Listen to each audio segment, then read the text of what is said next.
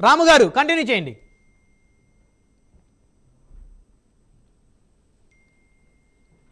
Right రాము గారు, right right right Ravikiran గారు మొత్తానికి వైసీపీ మళ్ళీ 14 తటస్థంగా నిలబడింది, 14 స్థానాలు. సో అంతకుమించి ఏమైనా తగ్గే అవకాశం ఉంటుందా లేకపోతే పెరిగే అవకాశం ఉంటుందా? రాము గారు మాట్లాడతారేమో, మాట్లాడినా. యా రాము గారు కంటిన్యూ చేయండి. అది ముఖ్యంగా ఏంటంటే ఇందాక కమ్మ సామాజిక వర్గం ఆయనకి నా ఫ్రెండ్ ఫోన్ చేసి కంగ్రాచులేషన్స్ చెప్తే, అంటే నాకు కొంచెం బాధ వేసే సంఘటనలు ఓకే చెప్తే నాకు కాదండి జనసేన వాళ్ళకి చెప్పండి. అదేంటంటే ప్రధానంగా టీడీపీ కూటమి మీరే కదా, కూటమి మీకు కంగ్రాచులేషన్ చెప్తున్నానంటే మా టీడీపీతో కలవటం వలన జనసేన గెలిచింది, అందుకు జనసేన చెప్పండి. ఏమండి రిజల్ట్లు మొదలై గంట కూడా కాలేదు, అప్పుడే ఈ భాష ఏంటండి? అందితే చుట్టూ అయితే కాళ్ళు, ఒడ్డు యువతలు ఒక మాట, ఒడ్డు దాటితో ఒక మాట.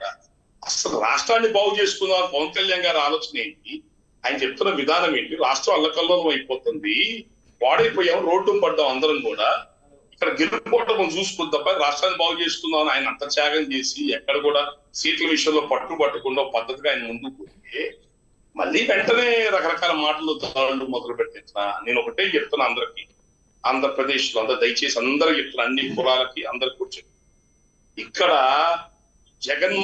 ఈ 5 సంవత్సరాలు జగన్మోహన్ రెడ్డితో, అతని పార్టీతో, అతని దౌర్జన్యంతో, రెక్వాసిటీతో, అతని యొక్క దుర్మార్గాలతో అన్ని రకాలుగా ఇబ్బందులు పడి అతనితో ఢీకొంది ఎవరంటే జనసేన కోసం, పవన్ కళ్యాణ్ కోసం. కాపులు, అన్ని కులాల్లో ఉన్న యువత ఆయనతో నిలబడ్డాం. మిగతా టీడీపీ వాళ్ళు కమ్మ సామాజిక వర్గం కాదు, వాళ్ళు బాయ్కాట్ చేసి వెళ్ళిపోయారు ఎలక్షన్. కాపులు మిగతా యువత నిలబడ్డారు, పోరాడాం, ఎన్ని ఇబ్బందులు పడ్డాము, ఎన్ని కేసులు పెట్టించో మాకు తెలుసు.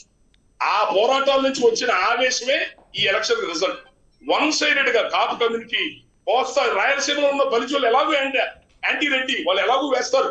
చంద్రబాబు నాయుడు ఒక్క టికెట్ ఇవ్వకపోయినా, ఒక్క నిమిషం, చంద్రబాబు నాయుడు ఒక్క టికెట్ ఇవ్వకపోయినా మా రాయలసీమలో బలిజోళ్ళకి చాలా పెద్ద హృదయం, వాళ్ళ రెడ్లకు వ్యతిరేకం కాబట్టి వేస్తారు టీడీపీ పార్టీ. కోస్తా జిల్లా కాపులు మాత్రం తొందరగా ఎక్కబడి వాళ్ళు నిర్ణయాలు తీసుకోరు. 2014లో చంద్రబాబు నాయుడు అనుభవం గల వ్యక్తి, ఇతర ముఖ్యమంత్రి అయితే రాజధాని అన్ని డెవలప్ అవుతేనే ఓట్లేశారు. 2019లో మళ్ళీ జగన్మోహన్ రెడ్డికి అయితే మళ్ళీ జగన్మోహన్ రెడ్డికి ఇచ్చాడు. ఈ రోజు మాత్రం కాపులు రాష్ట్ర శ్రేయస్సులో ఈ రాష్ట్రం బడ్జెట్ పట్టకట్టాలా అంటే, మళ్ళీ గాడిలో పడాలంటే జగన్మోహన్ రెడ్డి అనే వ్యక్తి వద్ద రాకూడదు. ఇతరంటూ వస్తే రాష్ట్రం మిగతా ఒక బలమైన నిర్ణయం కాపు వర్గం తీసుకుంది. ఆ నిర్ణయం వల్ల 80 నుంచి 90%, ఈవెన్ కొన్ని సర్వే వాళ్ళు కూడా చెప్పారు 80 to 90% కాపు ఓట్లు కన్సాలిడేట్ అయ్యి టీడీపీ కూటమి పడ్డదని చెప్పారు. అంటే మేము రాష్ట్ర శ్రేయస్సు పడుతున్నాం, కాపులు కులపిచ్చున్న వాళ్ళు కాదు, తమ్ముడు తనుడైన ధర్మం తప్పరు. ఈ రాష్ట్రం బాగుండాలని మేమందరూ నిస్వార్థంగా నిజాయితీ పనిచేసి, నేను జనసేన బీజేపీ నిలబడి అన్ని నియోజకవర్గాలు పర్సనల్ వెళ్ళొచ్చాం. ఎంత నిలబడుతుంది ఎందుకంటే నాకే పదవుల కోసం కాదు, ఈ రాష్ట్రం గాడిలో పడాలని చెప్పి నువ్వు మంచి ప్రయత్నం చేసే భగవంతుడి దయ వల్ల అది సఫలీకృతం అయింది. ఈ 3 పార్టీలు కలిసి 10 ఏళ్ళు వెనక్కి పోయి ఈ రాష్ట్రం దీన్ని మళ్ళీ తిరిగి గాడిలో పెట్టుకోవాలి. రాము గారు, ఇక్కడ ఒక ప్రధాన అంశం ఇంకోటి కూడా మనం చర్చించాలి. ఇప్పుడు రాజ్యాధికార ఫలాలు ఏవైతే ఉన్నాయో అవి అందరికీ కూడా సమానంగా అందుతాయని ఆశించవచ్చా? పొరపాటును కూడా ఆశించబాక. తెలుగుదేశం పార్టీ ఎప్పుడు అందరినీ వాడుకోవటమే తప్ప తిరిగి చేయటం అనేది ఏమి ఉండదు. చరిత్ర చూసి కూడా మళ్ళీ కొత్తగా గుణపాఠాలు ఇచ్చుకోద్దండి. కమ్యూనిస్ట్ పార్టీలు వాడుకున్నారు, వాళ్ళు ఆవిరైపోయారు. బీజేపీ పార్టీ 2 సార్లు వాడుకుంది, అయిపోయింది. ఇప్పుడు జనసేన పార్టీ 2014, ఈసారి 2024లో ఉపయోగపడింది. వీళ్ళకేదో రిజల్ట్ వస్తుంది, వీళ్ళేదో బలోపేతం అవుతారు, వీళ్ళకి రాజ్యాధికారాలు అందుతాయి, జనసేన మీద పేద కులాలు అందుతాయి, ఇలాంటి ఏమి ఉండవు సార్. నెల పోయిన తర్వాత మళ్ళీ గొడవలే మొదలవుతాయి వీళ్ళ మధ్య. అది సర్వసాధారణం. వీళ్ళు కాదు భారతదేశంలో ఏ రాష్ట్రంలో ఏ ప్రాంతీయ పార్టీ అయినా ఇంకోటి పెరగనివ్వడు. వాళ్ళేదో మనకు అవకాశాలు ఇస్తారు, మనల్ని పెంచుతారు. మాత్రం ఆ భ్రమల్లో అపోహల్లో ఎవరు ఉండదు, బీజేపీ గాని ఎవరు ఉండదు. దయచేసి మీరు కష్టపడి నిర్మాణం చేసుకోండి, మీరు నిర్మాణం చేసుకోండి.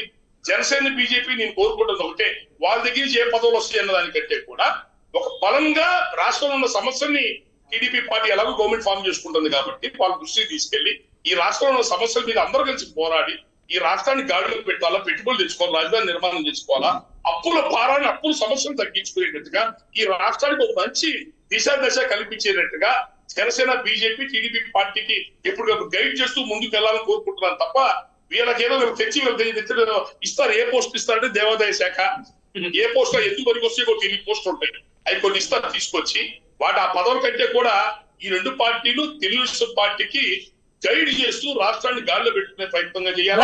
తెలుగుదేశం, టీడీపీ, బీజేపీ అను జనసేన ఈ రాష్ట్రంలో ప్రత్యామ్నాయ వ్యవస్థలుగా బలంగా నిర్మాణం అవ్వాలని కోరుతున్నాను. రైట్.